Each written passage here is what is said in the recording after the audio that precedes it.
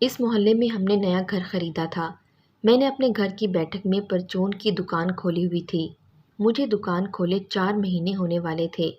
دکان کھولنے سے پہلے میں موٹر سائیکل بنانے والی کمپنی میں ریکوری آفیسر کے طور پر کام کرتا تھا۔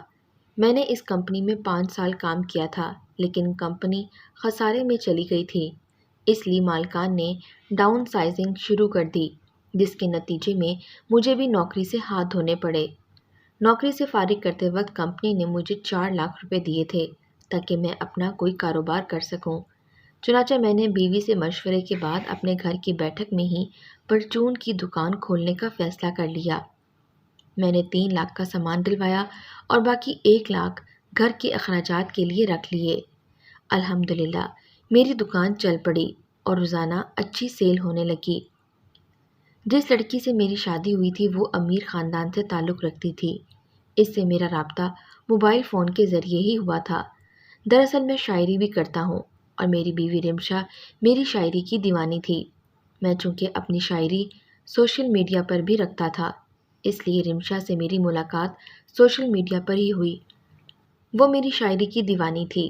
پہلے ہم دونوں واٹس ایپ پر ایک دوسرے سے بات چیت کرتے رہے۔ اسی دوران مجھے اس سے محبت ہو گئی اور میں نے ایک روز اس سے محبت کا اظہار کر دیا۔ رمشا بھی مجھ سے محبت کرتی تھی اور اس نے مجھے اپنے والدین کو گھر بھیجنے کا کہا تو میں نے فوراً ہی اپنی امی اور بڑی بہن کو اس کے گھر رشتے کے لیے بھیج دیا۔ پھر کچھ ہی دنوں کے بعد میرا رشتہ منظور ہو گیا اور منگنی کی بجائے شادی ہو گئی۔ رمشا کے والد شہر کے بہت مشہور و معروف بزنس مین تھے۔ اس کے بھائی بھی مختلف کمپنیوں میں جابز کرتے تھے۔ ہمارے گھر میں 3 افراد رہتے تھے، میں، رمشا اور میری امی۔ میرے والد تو فوت ہو چکے تھے، وہ سرکاری ملازمت کرتے تھے۔ ان کی پینشن امی کو ہر ماہ ملتی رہتی تھی۔ ہمارے محلے میں ایک گھر تھا جو کئی برسوں سے ویران پڑا تھا۔ وہ گھر میرے گھر سے تھوڑے فاصلے پر تھا اور مجھے اپنی دکان سے اس کا دروازہ صاف دکھائی دیتا تھا۔ اس کا مالک کون تھا اس بارے میں کوئی نہیں جانتا تھا۔ محلے کے لوگوں نے گھر کے مالک کے بارے میں جاننے کی کوشش تو بہت کی تھی، لیکن کچھ پتہ نہیں چل سکا تھا، اس لیے لوگ خاموش ہو گئے تھے۔ اس ویران گھر میں کسی نے جانے کی جرات نہیں کی تھی۔ اس گھر کے بارے میں مشہور ہو چکا تھا کہ وہاں جنات کا بسیرا ہے۔ ایک روز میں دکان پر موجود تھا۔ رات کے 8:30 بج رہے تھے کہ مجھے ایک فقیرنی دکھائی دی جو آہستہ آہستہ چلتی ہوئی اسی ویران گھر کی طرف جا رہی تھی۔ مجھے حیرت ہوئی کہ وہ فقیرنی ویران گھر میں کیوں جا رہی ہے۔ چونکہ وہ گھر برسوں سے ویران پڑا تھا، اس لیے کسی نے اس کا تالا بھی توڑ دیا تھا۔ پھر میرے دیکھتے ہی دیکھتے وہ فقیرنی دروازہ کھول کر اندر چلی گئی اور اس نے دروازہ بند کر دیا۔ مجھے اس فقیرنی پر حیرت بھی ہوئی کہ وہ اکیلی ویران گھر میں کیا کرنے آئی ہے۔ اگر وہ رات اس گھر میں گزارے گی تو کیا اسے ڈر نہیں لگے گا؟ میں نے یہ خیال جھٹکا اور آنے والے گاہک کو سامان دینے میں مصروف ہو گیا۔ میں عموماً رات دیر تک جاگتا رہتا ہوں کیونکہ مجھے مطالعے کا بھی بہت شوق ہے۔ رمشا سو جاتی ہے اور میں مطالعہ کرتا رہتا ہوں۔ کبھی کبھی ٹی وی پر ٹاک شوز بھی دیکھ لیتا ہوں اور وقت گزارنے کا پتہ ہی نہیں چلتا۔ اس رات میں زیادہ دیر مطالعہ نہ کر سکا اور سو گیا۔ آدھی رات کا وقت تھا کہ اچانک ایک آواز سن کر میری آنکھ کھل گئی۔ میں اٹھ بیٹھا اور رمشا کی طرف دیکھا تو وہ گہری نیند سو رہی تھی۔ میں کمرے سے نکل کر باہر آیا تو اب آواز واضح سنائی دے رہی تھی۔ کوئی عورت چیخ چیخ کر کہہ رہی تھی، میرے سونے کے کنگن واپس کر دو، میرے سونے کے کنگن واپس کر دو۔ مجھے بڑی حیرت ہوئی اور سوچنے لگا کہ وہ عورت کون ہے اور آدھی رات کو کس سے مطالبہ کر رہی ہے۔ میں جلدی سے چھت پر چڑھ آیا۔ وہ عورت مسلسل چیخ چیخ کر یہی مطالبہ کر رہی تھی اور ساتھ میں رو بھی رہی تھی۔ میں نے دیکھا تو دنگ ہی رہ گیا۔ وہ عورت وہی فقیرنی تھی اور اسی ویران گھر کی چھت پر چڑھی ہوئی تھی۔ میں نے گلی میں جھانکا تو کافی گھروں سے لوگ نکل کر اس ویران گھر کے سامنے کھڑے تھے۔ میں بھی چھت سے اتر کر گلی میں آ گیا۔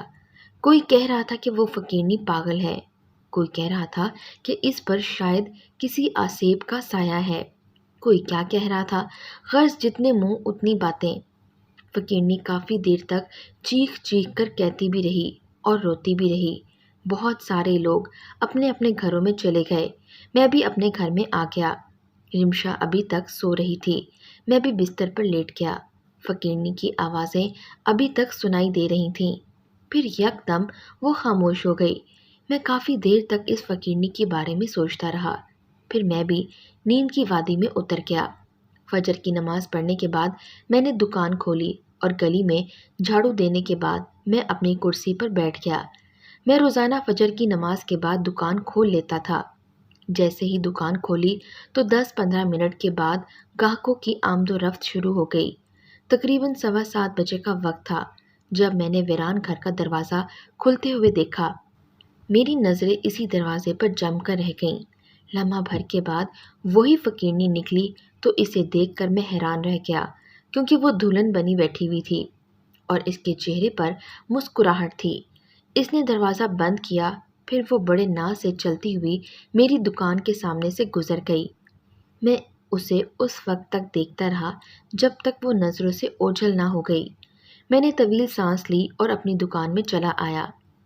اس روز کے بعد وہ فقیرنی دوبارہ دکھائی نہ دی، لیکن میں سوچنے پر مجبور تھا کہ اس فقیرنی نے آدھی رات کو چھت پر چڑھ کر وہ کیوں رو رہی تھی اور یہ چیخ چیخ کر کیوں کہہ رہی تھی کہ میرے سونے کے کنگن واپس کر دو۔ میں نے اس بارے میں جب رمشا کو بتایا تو وہ بھی حیران رہ گئی۔ 1 ہفتہ گزر گیا لیکن وہ فقیرنی دوبارہ دکھائی نہ دی۔ لیکن جیسے ہی دوسرا ہفتہ گزرا تو میں نے اسی فقیرنی کو شام کے وقت دیکھا۔ وہ میلے کچیلے لباس میں ملبوس، ہاتھ میں کشکول تھامے اسی ویران گھر میں چلی گئی۔ مجھے لگا کہ آج رات وہ پھر پہلے والا تماشا کرے گی، اس لیے میں اس رات سونے کی بجائے جاگتا رہا۔ پھر جیسے ہی آدھی رات گزری تو اسی فقیرنی کی آوازیں گونجنے لگیں۔ وہ روتے ہوئے کہہ رہی تھی کہ میرے سونے کے کنگن واپس کر دو، میرے سونے کے کنگن واپس کر دو۔ میں جلدی سے گھر سے باہر آ گیا۔ محلے کے لوگ جمع ہو چکے تھے اور اس فقیرنی کو نیند خراب کرنے پر برا بھلا کہہ رہے تھے۔ مجھے بھی اس فقیرنی پر بہت غصہ آ رہا تھا۔ اسے آدھی رات کو ایسا تماشا کرنے کی کیا ضرورت تھی؟ کہیں وہ واقعی پاگل تو نہیں تھی، یا اس پر آسیب کا سایہ تو نہیں تھا؟ کافی دیر تک وہ فقیرنی یہی تماشا کرتی رہی اور پھر چپ ہو گئی۔ اس کے چپ ہوتے ہی محلے کے لوگ اپنے اپنے گھروں کو لوٹ گئے۔ میں بھی اپنے گھر آ گیا۔ رمشا بھی فقیرنی کی آوازیں سن کر جاگ چکی تھی، البتہ میری امی اپنے کمرے میں تھیں۔ چونکہ وہ جوڑوں کے درد میں مبتلا تھیں، اس لیے اپنے کمرے سے کم کم ہی نکلتی تھیں۔ رمشا نے مجھ سے اس فقیرنی کے بارے میں پوچھا تو میں نے اسے یہی بتایا کہ شاید وہ اب نارمل ہے۔ صبح میں نے وہی منظر دیکھا جو پہلے دیکھا تھا۔ وہی فقیرنی ویران گھر سے دلہن بن کر نکلی تھی اور چلی گئی تھی۔ اسے دیکھ کر لگتا ہی نہیں تھا کہ یہ وہی فقیرنی ہے جس نے میلا کچیلا لباس پہنا ہوا تھا، جس کے سر کے بال کھچڑی بنے ہوئے تھے اور پیروں میں ٹوٹی ہوئی چپل تھی۔ اب جب وہ میری دکان کے سامنے سے گزری تھی تو میں نے دیکھا تھا اس کے پیروں میں نیا جوتا تھا۔ آخر یہ کیا راز تھا؟ ایک رات میں ایسا کیا ہو جاتا ہے کہ وہ صبح جاتی تھی تو دلہن بنی ہوتی تھی؟ میں نے اس بارے میں محلے کے لوگوں سے بات کی تو وہ سبھی خوف زدہ ہو گئے۔ ایک صاحب نے کہا کہ یقیناً وہ فقیرنی جن زادی ہے جو صبح بھیس بدل کر جاتی ہے۔ ان کے کہنے کی دیر تھی کہ دوسرے لوگ بھی ڈر گئے تھے۔ پھر ایک صاحب نے بازار سے تالا خرید کر ویران گھر کے دروازے پر لگا دیا تھا، ساتھ ہی انہوں نے اس گھر کے مالک کی تلاش بھی شروع کر دی تھی۔ ہم سب اس گھر کے مالک کے بارے میں جاننے کے لیے بے چین تھے۔ 2 ہفتے اسی طرح خاموشی سے گزر گئے اور پھر ایک رات میں نے دوبارہ اسی فقیرنی کو دیکھا جو ویران گھر کی طرف جا رہی تھی۔ میں سوچ رہا تھا کہ اس گھر کے دروازے پر تالا لگا ہوا ہے، پھر وہ اندر کیسے جائے گی؟ یہ دیکھنے کے لیے میں ایک جگہ چھپ کر دیکھنے لگا۔ فقیرنی نے اپنے لباس میں سے چابی نکالی اور تالا کھول کر اندر چلی گئی۔ میں آنکھیں پھاڑے دروازے کو تکتا رہ گیا۔ مجھے یاد ہے کہ اس تالے کی چابی کامران صاحب کے پاس تھی جنہوں نے تالا لگایا تھا۔ پھر اس فقیرنی کے پاس چابی کیسے آ گئی؟ یہ سوچ سوچ کر مجھے اپنے سر درد سے پھٹتا ہوا محسوس ہوا۔ میں نے دکان بند کی اور کمرے میں چلا گیا۔ رمشا نے جب مجھے پریشان دیکھا تو وہ فوراً میرے لیے چائے بنا لائی۔ میں نے اسے ساری بات بتا دی۔ تو وہ بھی حیران ہو گئی، کہنے لگی کہ پرویز، مانو یا نہ مانو، وہ فقیرنی نہیں ہے بلکہ جن زادی ہے، یا اس عورت پر کسی جن کا سایہ ہے۔ اب دیکھو نا، اس کے پاس تالے کی چابی کہاں سے آ گئی؟ میں نے رمشا کی بات سے اتفاق کیا۔ اس رات رمشا بھی میرے ساتھ جاگتی رہی، وہ بھی اس فقیرنی کی بات سننا چاہتی تھی۔ پھر جیسے ہی آدھی رات ہوئی تو ہم دونوں میاں بیوی چھت پر چلے آئے۔ کچھ ہی دیر گزری تھی کہ اس ویران گھر کی چھت سے فقیرنی کی زور زور سے رونے کی آوازیں سنائی دیں۔ وہ کچھ دیر روتی رہی، پھر اس نے زور زور سے کہنا شروع کر دیا، میرے سونے کے کنگن واپس کر دو، میرے سونے کے کنگن واپس کر دو۔ وہ یہ مطالبہ بار بار دہراتی رہی۔ اس کے چیخنے سے اس کی آوازیں فضا میں گونج رہی تھیں۔ ہم نے گلی میں جھانکا، اس بار محلے کے کسی بھی گھر سے کوئی باہر نہ نکلا تھا۔ شاید سب نے سمجھ لیا تھا کہ وہ فقیرنی کسی آسیب کے زیر اثر ہے یا وہ پاگل ہے۔ وہ فقیرنی تقریباً 15-20 منٹ چیخ چیخ کر اپنا مطالبہ دہراتی رہی اور پھر خاموش ہو گئی۔ ہم بھی اپنے کمرے میں آ گئے۔ میں نے رمشا سے کہا کہ صبح جلدی اٹھنا، تم دیکھنا وہ فقیرنی دلہن بن کر مکان سے نکلے گی۔ اس رات رمشا کو خوف کے مارے صحیح طرح سے نیند نہیں آئی تھی۔ صبح دکان کھولنے کے بعد میری نظریں اس ویران گھر کے دروازے پر جمی ہوئی تھیں۔ میں جانتا تھا کہ ابھی تھوڑی دیر کے بعد فقیرنی دلہن بن کر نکلے گی، اور واقعی جب وہ فقیرنی گھر سے نکلی تو دلہن بنی ہوئی تھی۔ میں نے فوراً رمشا کو بلا لیا، اس نے بھی فقیرنی کو دلہن بنے دیکھا تھا، وہ بھی دنگ رہ گئی۔ رات کو ہم نے اس بارے میں ڈسکس کیا۔ رمشا نے کہا کہ پرویز، مجھے کوئی گہرا چکر لگتا ہے۔ اس کی بات سن کر میں چونکا۔ کیا مطلب؟ کیسا چکر؟ رمشا چند لمحے سوچتی رہی، پھر اس نے کہا، میرا خیال ہے اس فقیرنی کے ساتھ دھوکا ہوا ہے، کسی نے اس کے سونے کے کنگن ہتھیا لیے ہیں۔ لیکن حیران کن بات یہ ہے کہ جب وہ گھر سے نکلتی ہے تو دلہن کیوں بنی ہوتی ہے؟ اس کے پاس دلہن والا لباس کہاں سے آتا ہے؟ رمشا کی بات میرے دل کو لگی تھی، اور میں بھی سوچنے پر مجبور ہو گیا تھا کہ کوئی تو ایسا راز تھا جو چھپایا ہوا تھا۔ آخر وہ کون ہو سکتا ہے جس نے اس فقیرنی کے سونے کے کنگن ہتھیا لیے ہوں؟ میں نے اس راز کی تہہ تک پہنچنے کا فیصلہ کر لیا تھا۔ چنانچہ اب میں اس فقیرنی کا انتظار شروع کرنے لگا۔ سنڈے کو میں اپنی دکان بند رکھتا تھا، کیونکہ وہ دن میں نے رمشا اور اپنی امی کے لیے وقف کیا ہوا تھا۔ ہم میاں بیوی ہر سنڈے کو شام کے وقت آؤٹنگ پر نکلتے تھے اور رات دیر تک گھر پہنچتے تھے۔ رمشا امی کے لیے کھانا پکا کر جاتی تھی تاکہ امی کو کھانے کے لیے پریشان نہ ہونا پڑے۔ اس سنڈے میں اور رمشا آؤٹنگ کے لیے نکلے۔ رمشا کو برگر بہت پسند تھا۔ ایک برگر شاپ دکھائی دی تو رمشا نے برگر کی فرمائش کر دی۔ میں نے موٹر سائیکل برگر شاپ کے سامنے روکی اور رمشا کو موٹر سائیکل کے پاس چھوڑ کر شاپ میں چلا گیا۔ کچھ دیر کے بعد میں برگر بنوا کر واپس آیا تو میں نے دیکھا کہ رمشا پریشان تھی۔ میں نے برگر اس کے حوالے کرتے ہوئے پوچھا تو اس نے بتایا، پرویز، میں نے ابھی اسی فقیرنی کو دیکھا ہے جو ویران گھر میں آتی ہے اور چھت پر چڑھ کر شور مچاتی ہے۔ اس کی بات سن کر میں بھی ٹھٹکا۔ اوہو، تم نے اسے کدھر دیکھا ہے؟ رمشا نے ایک سمت اشارہ کر کے بتایا کہ وہ میرے سامنے سے گزر کر اس طرف گئی ہے۔ میں نے فقیرنی کی تلاش میں نظریں دوڑائیں، لیکن وہ مجھے کہیں بھی دکھائی نہ دی۔ بہرحال ہم دونوں موٹر سائیکل پر سوار ہو کر ایک پارک کی طرف بڑھ گئے۔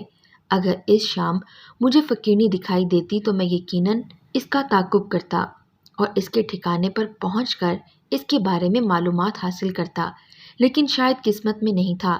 اب وہ 2 ہفتے کے بعد ہی ویران گھر میں آئے گی۔ میں نے رمشا سے مل کر پوری پلاننگ کر لی تھی۔ جب 2 ہفتے گزر گئے اور فقیرنی کے آنے کا وقت ہو گیا تو میں نے جلدی سے دکان بند کی اور فقیرنی کے آنے سے پہلے ہی دیوار کود کر اس ویران گھر میں داخل ہو گیا۔ گھر میں موت کی سی خاموشی چھائی ہوئی تھی۔ پورا گھر یوں اندھیرے میں ڈوبا ہوا تھا جیسے وہاں زندگی میں کبھی لائٹ ہی نہ جلی ہو۔ جگہ جگہ دیواروں پر جالے لگے ہوئے تھے۔ میں زندگی میں پہلی بار اس مکان میں داخل ہوا تھا، اس لیے میرا دل دھک دھک کر رہا تھا۔ مجھ پر خوف بھی غالب تھا، لیکن میں نے اپنے حواس قابو میں رکھے ہوئے تھے۔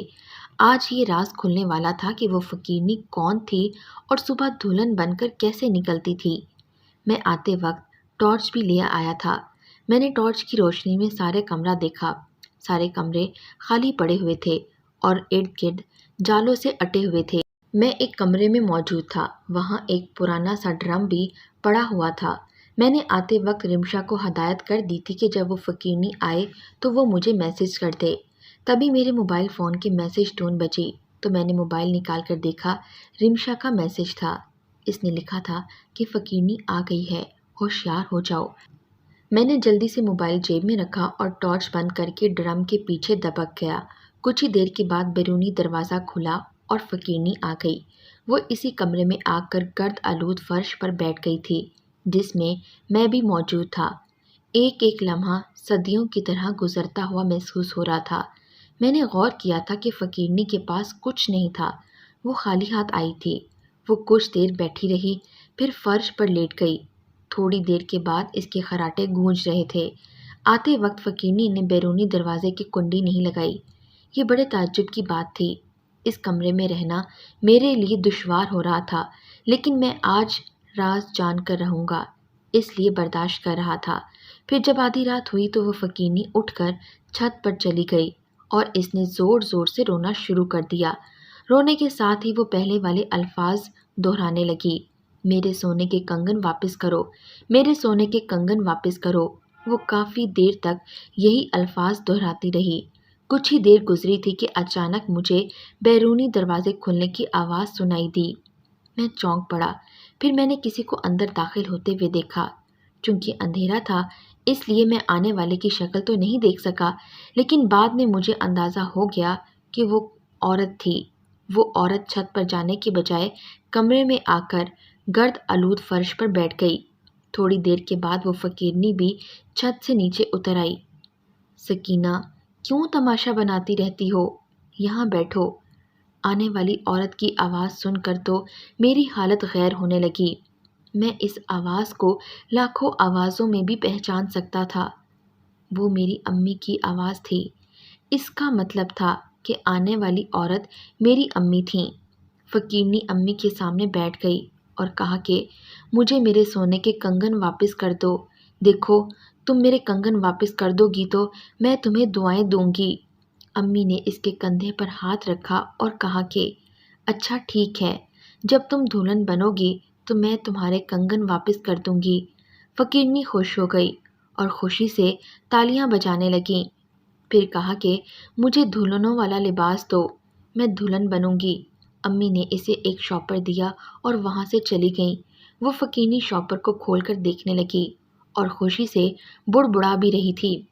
وہ کیا کہہ رہی تھی مجھے کچھ سنائی نہیں دے رہا تھا، کیونکہ میرا دماغ تو امی کی طرف اٹکا ہوا تھا۔ اس کا مطلب تھا کہ امی ہی اسے دلہنوں والا لباس دیتی تھی اور صبح فقیرنی دلہن بن کر جاتی تھی۔ وہ فقیرنی کون تھی اور امی اسے کیسے جانتی تھیں؟ یہ کیا راز تھا؟ میں ایک بار پھر چکرا کر رہ گیا تھا۔ اب اس راز سے امی ہی پردہ اٹھا سکتی تھیں، اس لیے میں چپکے سے کمرے سے نکل کر اپنے گھر آ گیا۔ رمشا میرے انتظار میں جاگ رہی تھی۔ میں جیسے ہی کمرے میں داخل ہوا تو وہ تیزی سے میرے پاس آئی اور پوچھا، کیا پتہ چلا پرویز؟ کون ہے وہ فقیرنی اور اسے دلہنوں والا لباس کون دیتا ہے؟ ہم دونوں بیڈ پر بیٹھ گئے اور جب میں نے اسے امی کے بارے میں بتایا تو وہ بھی آنکھیں پھاڑے اور منہ کھولے حیران رہ گئی۔ اسے بھی یقین نہیں آ رہا تھا۔ میں نے کہا میں کل امی سے بات کروں گا، امید ہے وہ سب کچھ بتا دیں گی۔ پھر ہم سو گئے۔ صبح میں نے اسی فقیرنی کو دلہن کے لباس میں ملبوس ویران گھر سے نکلتے ہوئے دیکھا تھا۔ وہ خوشی خوشی چلی گئی تھی۔ دوپہر کو میں نے امی کو انتہائی افسردہ دیکھا تھا۔ شاید وہ فقیرنی کی وجہ سے پریشان تھیں۔ رات کو میں نے جلدی دکان بند کی اور رمشا کے ساتھ امی کے کمرے میں چلا گیا۔ ہم نے اکٹھے کھانا کھایا اور چائے بھی پی۔ اس دوران امی خاموش نہیں تھیں۔ میں نے امی سے پوچھا، امی کیا بات ہے؟ آپ بہت پریشان ہیں۔ امی نے چونک کر میری طرف دیکھا اور کہا، ہاں بیٹا، میں واقعی پریشان ہوں۔ میں نے انکشاف کرتے ہوئے کہا، امی، آپ یقیناً اس فقیرنی کی وجہ سے پریشان ہیں۔ میری بات سن کر امی نے حیران ہو کر دیکھا۔ میں نے انہیں ساری بات بتا دی تو وہ طویل سانس لے کر رہ گئیں۔ میرے بھرپور اصرار پر بالآخر وہ بتانے پر راضی ہو گئیں۔ پرویز بیٹا، اس فقیرنی کا نام سکینہ ہے اور وہ میری بچپن کی دوست ہے۔ ہم دونوں نے ایک ہی اسکول اور ایک ہی کالج سے تعلیم حاصل کی تھی۔ سکینہ کی شادی مجھ سے 1 سال پہلے ہی ہو گئی تھی۔ اس کی شادی جس سے ہوئی تھی وہ میرا کزن تھا۔ اس کا نام بشیر تھا۔ ہماری ایک اور سہیلی بھی تھی جس کا نام امارہ ہے۔ سکینہ کو اس کی ماں نے اپنے سونے کے کنگن شادی میں تحفے کے طور پر دیے تھے۔ وہ کنگن بہت خوبصورت اور خالص سونے کے تھے۔ اس کی ماں نے اسے ہدایت کی تھی کہ جب اس کی بیٹی ہوگی تو وہ یہ کنگن اسے اس کی شادی میں تحفے کے طور پر دے گی۔ سکینہ نے وعدہ کیا تھا کہ وہ ایسا ہی کرے گی۔ چنانچہ وہ کنگنوں کی حفاظت کرنے لگی اور ہر وقت پہنے رہتی تھی۔ ہماری سہیلی امارہ کو بھی وہ کنگن بہت پسند تھے۔ کئی بار وہ سکینہ سے مانگ کر پہن چکی تھی۔ چونکہ وہ ہماری سہیلی تھی اس لیے سکینہ انکار نہیں کرتی تھی، لیکن اتنا ضرور کہتی تھی کہ ان کی حفاظت کرنا اور مجھے واپس کر دینا۔ یہ میری ماں کی نشانی ہے۔ امارہ کے دل میں لالچ تھا، اس کی نیت میں فطور تھا۔ شاید وہ سکینہ سے وہ کنگن ہتھیانا چاہتی تھی۔ ایک روز اس نے سکینہ سے دوبارہ کنگن مانگ لیے کہ اس کی کزن کی شادی ہے اور وہ شادی کے بعد کنگن واپس کر دے گی۔ سکینہ کو اس پر اعتبار تھا، اس لیے اس نے اسے کنگن دے دیے۔ اس روز کے بعد امارہ ایسی غائب ہوئی کہ آج تک دکھائی نہیں دی۔ اس بات کو 10 سال ہونے والے ہیں۔ کنگن کے واپس نہ کرنے پر سکینہ ذہنی توازن کھو بیٹھی اور پاگل ہو گئی۔ اس کے شوہر نے اس کا علاج نہ کروایا اور اسے چھوڑ دیا۔ وہ سڑکوں پر خاک چھانتی رہی۔ جب مجھے معلوم ہوا تو میں نے اسے ہسپتال داخل کرا دیا تاکہ اس کا علاج ہو سکے، لیکن وہ ہسپتال سے بھی بھاگ گئی۔ جب بھی اسے ہسپتال والے پکڑ کر لے جاتے وہ وہاں سے بھاگ جاتی۔ مجھے اس کے پاگل ہونے کا بہت دکھ تھا، لیکن میں کیا کر سکتی تھی؟ میں نے بھی امارہ کو تلاش کرنے کی کوشش کی۔ بعد میں معلوم ہوا کہ وہ اپنے شوہر کے ساتھ ہمیشہ کے لیے لندن چلی گئی ہے۔ مجھے بہت افسوس ہوا۔ میں نے اپنی کزن سے بات کی کہ وہ اپنی بیوی کا خیال کرے، لیکن اس بدبخت نے سکینہ کو اپنے پاس رکھنے سے انکار کر دیا۔ پھر ایک روز سکینہ کہیں غائب ہو گئی۔ میں نے اسے تلاش کرنے کی کوشش کی لیکن وہ مجھے کہیں بھی نہیں ملی اور نہ ہی کسی کو اس کے بارے میں معلوم تھا۔ پھر ایک روز میں شام کو ہمسائے کے گھر سے آ رہی تھی تو میں نے سکینہ کو اس ویران گھر کی طرف جاتے ہوئے دیکھا۔ وہ آدھی رات کو چھت پر چڑھ کر زور زور سے روتی ہے اور اپنے سونے کے کنگنوں کا مطالبہ کرتی ہے۔ مجھے اس پر ترس بھی آیا اور خوشی بھی کہ وہ مجھے مل گئی ہے۔ میں اس کے لیے دلہن والا سوٹ لے کر جاتی اور اسے کہتی کہ تم یہ سوٹ پہن لو، تمہارے کنگن تمہیں مل جائیں گے۔ بس اسی وجہ سے وہ خوش ہو جاتی ہے اور دلہن بن کر صبح یہاں سے چلی جاتی ہے۔ 2 ہفتوں کے بعد ہی وہ اس ویران گھر میں آتی۔ تو یہ ہے ساری کہانی۔ امی کی زبانی یہ سن کر مجھے بے حد دکھ ہوا اور سوچنے لگا کہ دنیا میں کیسے کیسے بدنیت اور بے ایمان لوگ رہتے ہیں جو دوسروں کی چیزوں پر نظریں گاڑے رکھتے ہیں۔ پتہ نہیں ان کا ضمیر کیسے دوسروں کی چیزیں ہتھیانے پر آمادہ ہو جاتا ہے۔ شاید انہیں موت بھول جاتی ہے۔ کاش کوئی بھی کسی دوسرے کی چیز ہتھیانے سے پہلے یہ سوچ لے کہ اس نے مرنا ہے اور مرنے کے بعد اپنے اعمال کا حساب بھی دینا ہے۔ میں نے اسی روز عہد کر لیا تھا کہ میں سکینہ کا اچھے سے ہسپتال سے علاج کرواؤں گا اور اسے زندگی کی طرف واپس لانے کی پوری کوشش کروں گا۔